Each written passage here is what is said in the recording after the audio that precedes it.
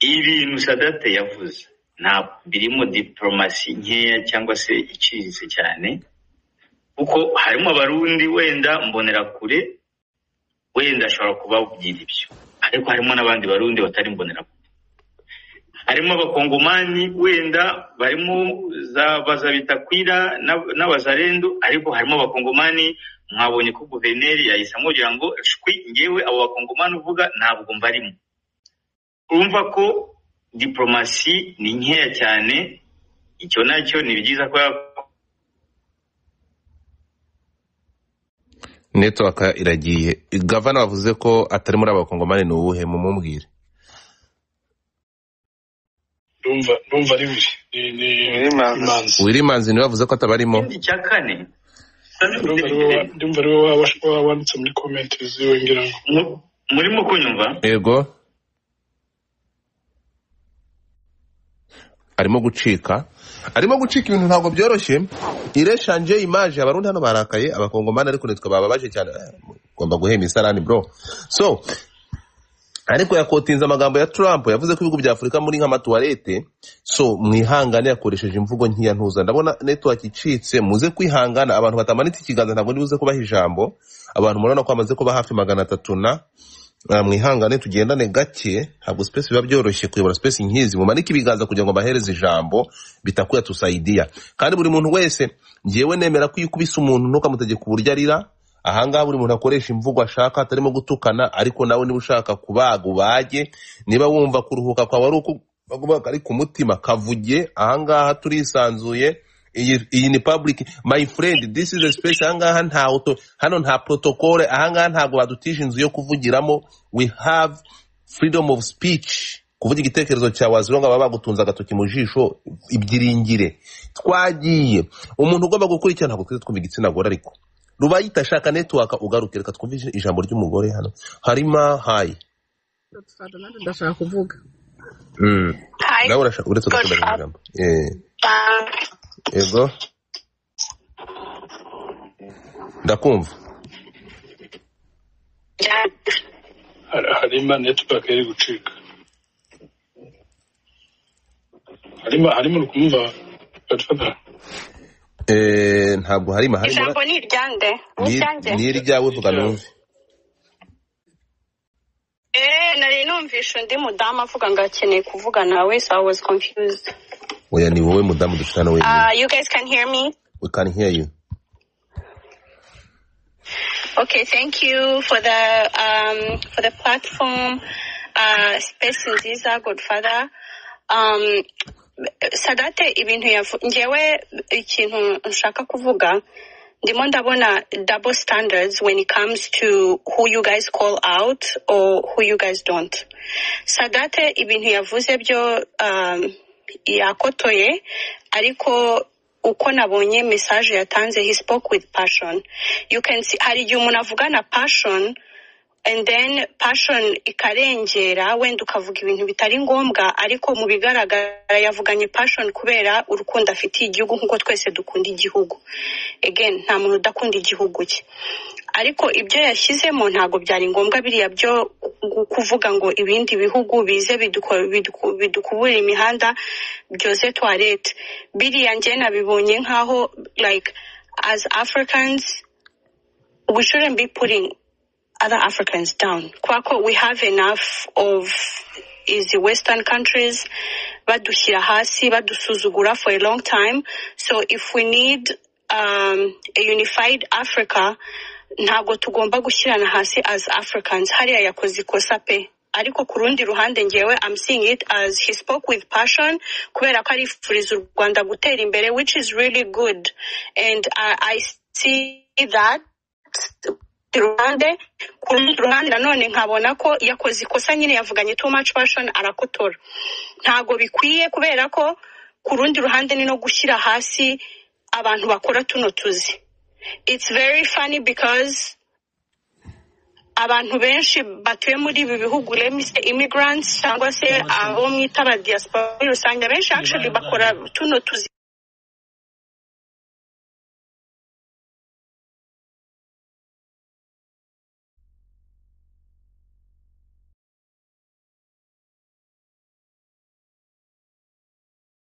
agaciro kubera ko batuma imihanda yacu isa neza, right?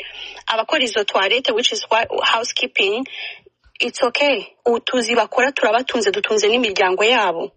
So Sadate yabisaba imbabazi, reka mumugirire impuhwe kubera ko nje nabonye people babi blowing out of proportion kubera ko nubwo yakotoye ariko wabonaga ko yabivuganaga ishyaka urukundo afitiye igihugu. Nsoza ibingibi bibera isomo n'abandi kubera ko bimaze kuba too much. You guys, Uburundi mwabufashe like kuki mutigira kuri PK? I've never seen our president ajya hari agasuzugura abaperezida akabatuka. Hano dufite abantu bahora bakoresha PK cyakora he's very classy. PK niyo yasuzugura umuperezida cyangwa igihugu afite uburyo buri classy abivuga mukabona ko nago ari imvugo nyandagazi. Ahangaha hari ama accounts menshi yaba catfish cyangwa n'abandi bandika ku Burundi nkabona birababaje. It's not funny. Like I've called this thing out since last year. Ukabona president w'u Burundi, I don't care uko wabo utamukunda wenda kuko na wenda kubyagiye avuga ku Rwanda, but we have to be better. Ntago ugomba kuba nkawe nk'ibyo wenda avuga ku Rwanda. President w'u Burundi mwamugize nk'iki, abantu baramupostinga hano bakamwandika y'ibiki bakamusuzugura. U Burundi, you're always comparing Burundi and Rwanda. Burundi and Rwanda, they don't have to be on the same ntuza developmental level. Nta u Rwanda ibyo rwaciyemo naho rugeze, it's really amazing. Ariko ntago bivuze ngo abanyarwanda mushyire hasi Burundi mwarabusuzuguye. Every time people post here, it's like nje mpita mbona IQ yawe level yayo iyo wandika ibintu usuzugura ikindi gihugu cyangwa president waho ukamugira as nothing. It should stop kubera ko iyi energy mufitiye Sadate uyu munsi, it should be the same energy we are putting on these people birirwa basuzugura ibindi bihugu like Burundi and what, kuko this is not it. If we are going, niba tugiye gutera imbere hagomba kubaho guterana imbere n'ibindi bihugu ko bino bihugu turabikena. At the end of the day, wa mugani wa Godfather kubera iki atavuze Uganda cyangwa Tanzania akavuga ku Burundi na Congo? It should stop. It should be the same thing with Congo. Urumva, I know we are not on good terms, ariko at the end of the day, when it comes to politics, there's no like forever enemy cyangwa forever friend. Turabakene nabo baradukeneye. As Africans moving forward, let's learn to respect other African countries niba dushaka a unified Africa, kubera ko nabo tuzatera imbere dufite this kind of mindset. Thank you. Arima. All right. Arima ararira kushaka ko Abakongomani bavuzeho gatoya. Ko Abakongomani bageze ko bibanze ku Burundi, Abakongomani kandi ari twa tuzahimisa. Aha. Navuze ko nta gitekerezo ndibuze gutanga none aha. Ngiye ndaza gutanga igitekerezo nyuma uko mbyumva, nshobora kuba nemeranya na Sadati ibyo yavuze cyangwa ntemeranya nawe. Ubu ngubu munyemerere mbe kabira canga ndakwa katikati. Reka twihute. Who is next? Waje hano haje umuntu Karimbi. Hanyuma Abe, hanyuma kurikireho Mugisha. Karimbi, uranyumva? Bravo, akasa mutwe. Nawe uri umuheshi misarani? Ako kazi turagashoboye. Komeza. Murakoze cyane, ndabasuhuje mwese. Murakoze kuduha uyu mwanya. Sadate Ina, uraza kuba next ihangane nyuma y'uyu uravuga Ina. Buriya u Rwanda rucumbikiye impunzi z'Abakongomani zirenga 80,000 ho gato, iz'Abarundi zirenga 50,000 ho gatoya. Aba Bakongomani bamaze imyaka 30 irenga muri kiriya gihugu. So kuba umuntu rero yahagarara akavuga ko bagomba gukora ako kazi biri normal, ariko biteye akaga kuvuga ko wifuza ko no mu myaka 50 iri imbere bazaba bakibikora. Ibyo ni ibintu biteye akaga. Abantu benshi baravuga ngo yari yambaye umwambaro wa RPF, oya ari n'amagambo yibwite. Ntabwo mbizi niba ari ukutasobanukirwa ibiriho, ariko ikintu Sadate yakoze yadufashe, aduhuza n'aba bitakwira na Bacirombo, adukubitira mu gafuka kamwe. So icyo na mubwira n'abandi mbabwira nuko tugomba kwitwararika, tugomba kumenya akababaro k'abandi bantu barimo. impamvu atavuze abagande ntavuga abatanzania nuko nyine atababona aho hafi bari muri iyo misere. So icyo namubwira rero nuko yakomerekeje abantu benshi, yakoze mu nkovu abantu, kandi nta mbabazi yasabye. Ibintu yakoze nta mbabazi yasabye, nta nubwo yabikoze inshuro imwe, yarabikoze arongera agaruka arandika, agenda akore video niba ashaka gusaba izo mbabazi, kandi ayikore yiadressa ku bakongomani n'abarundi nibo yakomerekeje. Naho biriya bindi byo nuguca ku ruhande. Ariko reka mubwire ko bajya bavuga ngo nta bumenyi uko ejo buzacya. Ntabwo ibibazo abakongomani bacamo ari bo babizanye, ntabwo ari bo babyiteye, ni amateka yabo n'impinduka zibaho. Ariko Sadate ni umuntu umwe muri miliyoni 14 zigize u Rwanda, kuba yahaguruka akishongora ku banyekongo bose akabavuga nabi uko ashaka, bikwiriye kumvikana ko ari ibyo wenyine. Ababihuza ngo n'igihugu n'iki bafite uburenganzira bwo kubikora, ariko ntabwo ari byo. Nicyo nta mbabazi ze rwose yasabye. Ibyo yakoze ni ukwiyerurutsa. Niba ashaka kuzisaba zisabe, niba atazisaba byihorere abigumane gutyo. Ubwo we yifuza ko mu myaka 50 umukongomani ari uko yaba ameze, ariko ntabwo ariko bizagenda, kuko abantu barahagurutse. Nibyo abantu benshi turwanira, nibyo abantu benshi turimo, baho kaga gashire. Ariko warumva ko mu myaka 50 abantu bazabakira aho ngaho. U Rwanda ntabwo ruzatera imbere ari uko abakongomani basigaye hasi. Oya, no, ko nukureba nabi. U Rwanda ruzatera imbere n'ibindi bihugu bitera imbere. We rero ntabwo nzi impamvu yifuza ko, niba bibona kumva biramuryoheye kubabona babayeho gutyo, so ibyo ni ibye. Ariko mwibutse ko ari umusilamu. Islam ni idini irangwa n'urukundo. Ntabwo numva ko umusilamu yakumva zishima ko myaka 50 umunyekongo umurundi yazaba bayeho muri ubwo buzima bumeze gutyo. Yego uyu munsi baburimo kubera ibibazo bafite, nawe agiye Mahama yabibona. Agiye Mahama niho bari benshi abarundi n'abakongomani, yabona ubuzima barimo, nako kazavuga ntako babona. Ariko ntawe ubyifuza ko bizaguma gutyo. Numva ari icyo rero. Uze kureba na Raymond uhagarariye diaspora y'abakongomani yamusubije, wihagarariye mu Rwanda. Ofete ni ibintu bya ofendinze abakongomani, cyane cyane abari mu bibazo mu Rwanda, ibibazo by'ubuhunzi n'ibindi. Kandi ubu hari gahunda yo kwirwanaho. Kubona ari abantu bahagurutse bagiye kwirwanaho ukavuga ko wifuza ko mu myaka 50 bazaba bakimeze batyo, ni ibindi. Ngewe mbisubiramo, akore video kandi yaderese ku bakongomani n'abarundi ku giti cye. Naho ibyo kubivanga na FPR n'iki, oya. Kuba yambaye umwambaro, imyambaro nta itandukanye n'umutima w'umuntu na conscience ye. Numva ari cyo navuga. Yababaje abantu, ariko bamufashe nk'umuntu ku giti cye. Okay. Urakoze cyane. Twihuta, reka mfate Ina. Uranyumva? Ina. Go tufata ndakumva. Go ahead. Okay. Mu gitondo je nazindutse mbona video zisirikira, numva amagambo ya Sadate yavuze. Je personnellement ntawe nzi, ariko birababaje kubona hariho umuntu ku myaka afise ashobora kuba atekereza ibintu nk'abige yavuze. Je ni ikintu cambabaje cyane, nta nubwo ari kuvuga ngo amajambo yavuze, ahubwo abantu bakumya amashi.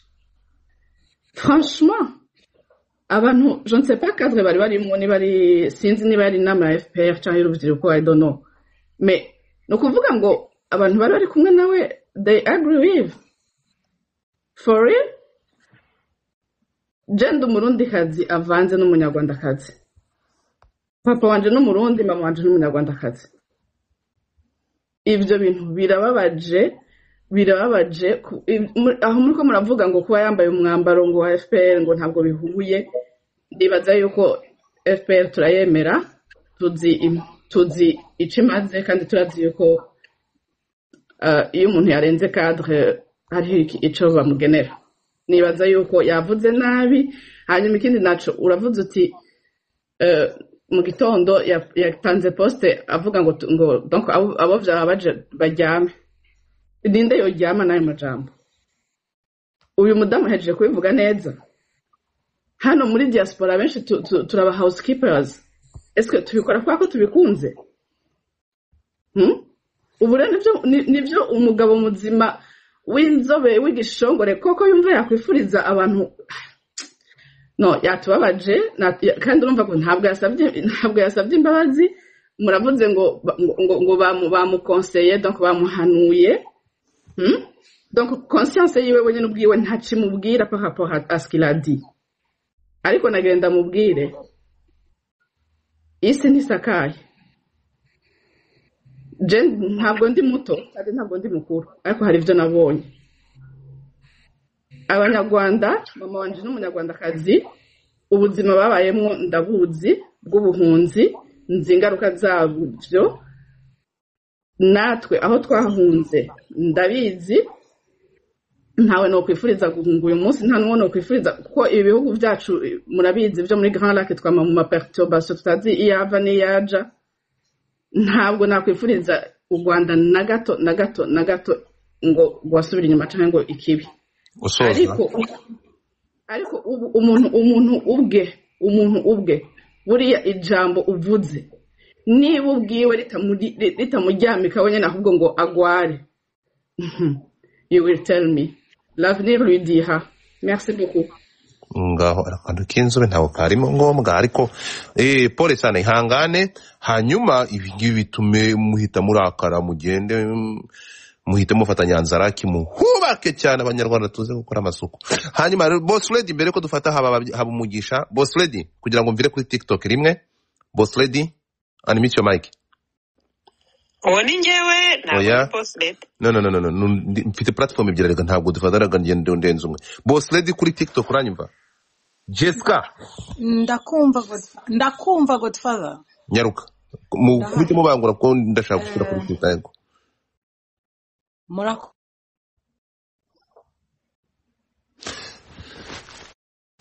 haba umugisha ne boss lady network yanze haba umugisha go ahead okay uretse gato haba umugisha okay go ahead boss lady Jessica Jesus haba umugisha komeza network yanze Yes Godfather wiriweho Manje ushimira kubera space nziza wateguye. Iki ni ikintu cyavugishije abantu benshi yaba abanyarwanda yaba abarundi yaba abakongomani ndetse n'abatari abakongomani. Ego. Usibye kuba byambabaje nk'umunyarwanda kubera yuko burya singiye birambabaza iyo mwifurije kuba yagira ubuzima bwi ntabwo mbyishimira kubera yuko mbona iherezo ry'abanyafurika ari uko twakwiye kuba twunga ubumwe kugira ngo icyo dukora cyose kitugendere neza.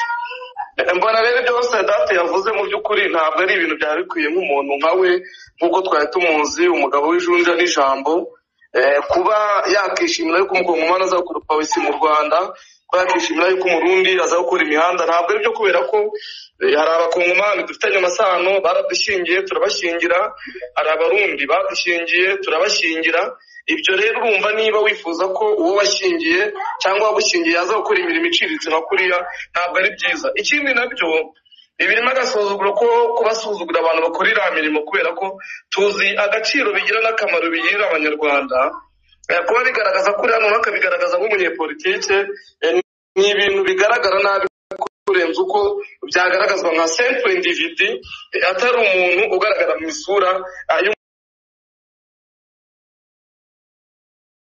ibashe kugerwaho nabonye yanditse ubutumwa bwinshi akagenda rimwe na rimwe agaragaza yuko ibyo yavuze cyemeranya n'umutimanama wiwe ariko abayobozi benshi harimo na Nduhungire ndetse na Ladislas Ngendahimana bamugaye banamugaragaza yuko bitagakwiye kuba bivuga mu by'ukuri si ibyo Saidati babivuze yenda bikagaragara n'undi munyarwanda wese wagira ibitekerezo nka biriya numva twakwiye kuba twitandukanya nayo kuko u Rwanda burya nubwo ari ubwo twifuriza ko rutera imbere n'ibyo nyine nk'igihugu cyatubyaye kandi nk'igihugu kiturera kitwifuriza n'ibyiza birakwiye ko nabo duturanye tubifuriza ko batera imbere kandi bakazamuka tukazamukira rimwe kuko igihe cyose twatera imbere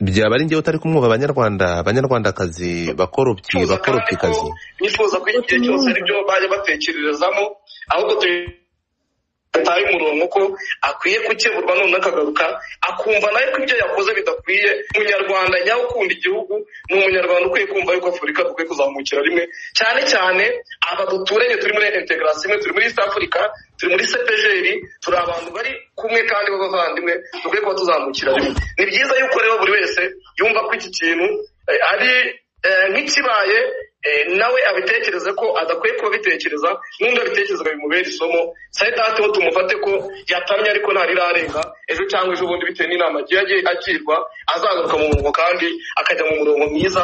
Nta kundi nyine niba byabaye. Abantu muri kuri TikTok mwese ndabashaka kuri Twitter, abantu muri kuri TikTok ni mu joining X, mwandikemo akasamutwe murambona. Urakoze cyane bwana Habumugisha, ni byiza ko abantu muri kuvuga uko mubyumva, ibi bintu byabaye akasamutwe. Reka dukomeze dufate umuntu bita Juste, hakurikirwa na Abeneto kari yamunaniye, dufate kuri tugenda tuvangavanga, dufate Claudine, ntabwo ndi kubirengagiza, ndi gufata abantu nkuko baje. UCD Mekaram uraho gadufata twasaba ko bavuze baje badropinga mic tugafata. Ntabwo ubibasaba umara kuvuga aba ubahita umumanura niba muri ko hari abantu bari kuri TikTok badafite Twitter ariko badafite X byibuke bagende bayi downloading muje menya ahantu sigeze badabaza ko babare mu ujya ku downloadinga Twitter muze kuri Twitter. Reka tugende ariko nta kibazo, reka menyerekeyeho gato ya mwumve mutega amatwi. Reka twihute na Juste hanyuma turavayo tuza kwa tunyaruke. Murakoze cyane ngo dufata, ntabwo ndi buze gutinda, ndakoresha igihe gito gishoboka. Mu by'ukuri ngewe message ya Sadat nayibonye, ntabwo ndi buyivugeho byinshi kubera ko yamaze kuyisabira imbabazi. Wenda nari kugira icyo mvuga, ariko kuko yamaze gusaba imbabazi kuri ngewe nazimuhaye ndapimye niba yazikuye ku mutima cyangwa atazikuye ku mutima, kuko nta cuma mfite gishobora gupima ingano yo kuba yabikuye ku mutima cyangwa atabikuye ku mutima. Ngewe nabonye ibyo yanditse kandi mbyemera gutyo ko yabisabye imbabazi. Ejo nanjye nzakosa nsaba imbabazi kandi nzi neza ko nzazisaba bazazimpa. Umuntu wese utarakosa rero yamutera amabuye, ariko uzi ko ejo n'ejo bundi ashobora gukosa nawe akaza agasaba imbabazi, yumve ko Sadati yasabye imbabazi kuko yakosheje. Icyo yasabiye imbabazi ni uko kitari cyiza. Kuri ngewe ntabwo byanshimishije nkibona speech ye. Muri make ani general mu makosa wenda numva ngewe atanshimishije ni ugufata abantu bose abenegihugu bose ugashifata ugashyira mu gatebo kamwe. Ngo dufate niba ukunda kuvuga ngo message igira agaciro bitewe n'aho uyivugiye n'igihe uyivugiye. Ako kantu nkunda kukitaho ngewe.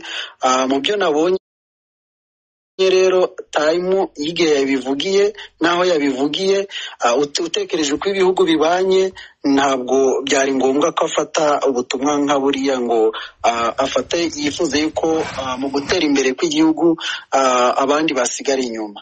Ariko reka ngire icyo nisabira ku bantu twese turi hano. Satadi yego twamubwiye ko ibyakoze ari amafuti, ibyakoze ayakwiye kubisaba imbabazi, tumutera amabuye koko arazisaba. Noneho reka mbwire imbaraga twakoresheje nuko twese twahagurukiye rimwe. Nsabe abo bavandimwe n'abo baturanyi, igihe cyose niwifurije umunyarwanda inabi, wifurije u Rwanda inabi, izi mbaraga mujye muzikoresha n'ubundi, kuko hari n'abifuriza ibirenze ibyo Sadati yifurije abavandimwe, akabifuriza abanyarwanda birenze ibyo we yabifurije, ariko abantu bakaruca bakarumira. So rero niba wanze ko ikibi cyakubaho ukumva kikubabaje, ujye wumva yuko n'undi mugenzi wawe kiramutse kimubayeho nawe cyamubabaza. Twe dukoma urusyo dukome n'ingasire. Ibyo tutifuriza abarundi, ibyo tutifuriza abakongomani, n'abakongomani ntibakabyifuriza abanyarwanda. Murakoze cyane. Ariko gadufata hatari hagiye umuntu ufata ijambo. Abantu bari ikintu bari gucuruhane ngo ya generalije. Ino nicyo ari gukora atajeneralije, ikindi ari gukora ni iki? Kubera ko byonyine gufata abantu akumva ko umuntu ukora muri toilette nta gaciro afite, kandi toilette yiwe nawe ntiyayijyamo isa nabi. So ushobora kwibaza utese umukozi wiwe we bigenda bite? Aramwirukanaza n'umuzayirwa. Hari ibintu harima hano mama witwa Harima yavuze hano abantu ntibabyumva. Ariko iyo ufashe umuntu ngo ukora muri toilette ukumva ko ukwiye gufata gutyo gusa ko ari ikigoryi kiri aho ngaho, dore umuntu udafite agaciro, kandi izo toilette tuzi ko n'ubundi kugira ngo zibeho zigomba gukorwa kandi zigomba gukorwa n'amamashini ya byose hari uburyo zigomba gukorwa byonyine umuntu nka Sadati ntakwiye kugira n'ikintu avuga kuri ibi bintu rwose. Urakoze cyane. Mureke kuzamura isukari. Hanyuma mumbabarire gato ntabwo ngiye kubacishaho abantu, dufite abantu baje mbere. Ready, fata amasegonda makeya hanyuma tunyaruke ndajya mvangamo n'abamama. Nyuma yawe Abe hanyuma kuri Mama Claudine. Alizi. Ngewe murakoze cyane ndihuta. Iriya Twitter nayisomye mu gitondo. Irambabaza numva umutima wanjye ugiye urimo urava amaraso. Wasomye Twitter cyangwa wumvishe video? Na video nayumvise ariko na Twitter nayisomye byose. Ariko numva umutima wanjye urava amaraso. Ikintu ngewe kinzamuye mu izina nk'umunyarwandakazi, umumamburo wa FPR, ndagira ngo nsaba abakongomani murimo hano mu izina ry'abanyarwanda mbabwire ngo mutubabarire. Kuba dufite umuntu nk'uriya ufite stage nk'iriya afite akavuga amagambo nk'uriya, mbasabye imbabazi abakongomani murimo hano n'abarundi murimo hano mu izina rye. Mbasabye imbabazi kuko ntabwo ibintu yavuze ari ibintu bigomba kuvugwa nk'umuntu umeze kuriya. Ikindi nongere mbibutse ko mu Rwanda uyu munsi aho u Rwanda rugeze dufite abakongomani mu nzego zose. Dufite abakongomani bazamuye ku kiriya gihugu, hari amashuri yubatswe, hari amavuriro yubatswe, ayo yose yakozwe n'abakongomani. Rero ngo umukobwa baramubwiye ngo ni mwiza, ngo aragenda yibagirwa iwabo. Kandi ariko bakavuga mama ajyaga avuga kera ngo agahanze ugatega u Rwanda. Uriya muntu ibyo yavuze niba bivanye ku mutima, hari Imana imureba n'igihugu kiramureba. U Rwanda ntabwo ari agahugu kameze gutyo. Biriya yavuze byose birarebwa. So mutubabarire, ngiye mbasabye imbabazi, nta kindi kintu nje kubabwira, gusa kugira ngo umuntu agere arenge abe arrogant igeze kuriya avuga ibintu bimeze kuriya n'agasuzuguro. Ariko ikibabaje nuko abivuze avuga ikirimi cy'ikinyarwanda kandi ari umunyarwanda w'umusiramu. Please Imana imubabarire namwe kandi mu mabarire nubwo atabasabye imbabazi zihagije. Murakoze. Hanyuma imbabazi yasabye zo kutazikomoje kandi yazisabye. Imbabazi usaba imbabazi uranze kugira ngo abantu bagende baryame hasi birashira. Ubwo sezo ni imbabazi. Ndavuga ngo abantu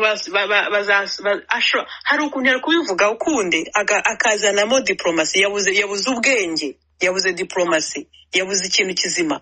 Yavuga ibintu koza toilette. Se umukozi umukora toilette mu rugo ntago ari umuntu?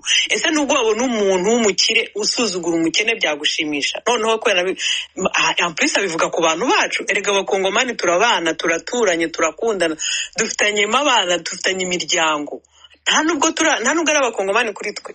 Abari mu Rwanda hari izo mpunzi ziri hariya, hari abana barimo bakorera mu tubari. Mwese mujya mu Rwanda mujya mu tubari murabizi. Abarundi nibo batwokereza iyo bahari botsa, ariko abantu bose bakora mu nzego zose. Nkuko umukorera ninde si umunyarwanda, ukora mu rugo umuboyi umukorera si umunyarwanda.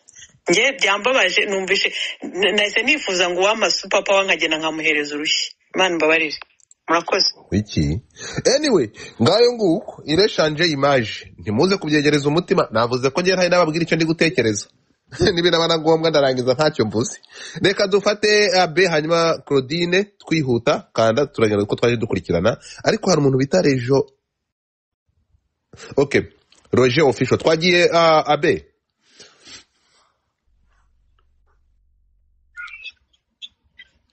Abe niba adahari twafasha umuntu bita Mama Claudine. Claudine urahari loya? Aberi manza adahari. Aberi ntabwo ahari. Ijya mbere. Afata ijambo. Murakoze. Fada murakoze cyane. Icyambere cyo namanze mushimira uburyo wahaye umugabo amasomo agomba gukurikiza. Nanjye yarutse rega ariko tubyihorere. Anyway. Game over. Okay, ikintu mbanzirizaho ni ugushimira ko yasabye imbabazi mu buryo bwe. Tugomba kwemera ko abanyarwanda cyane cyane bafite imyaka ingana nk'uko bamwe muri twe tungana, gusaba imbabazi ari ijambo riri foreign, donc bibava mu mano. So ni ukuvuga rero ko uriya ziriya mbabazi yasabye ni ko angana nayo ni intambwe uko hari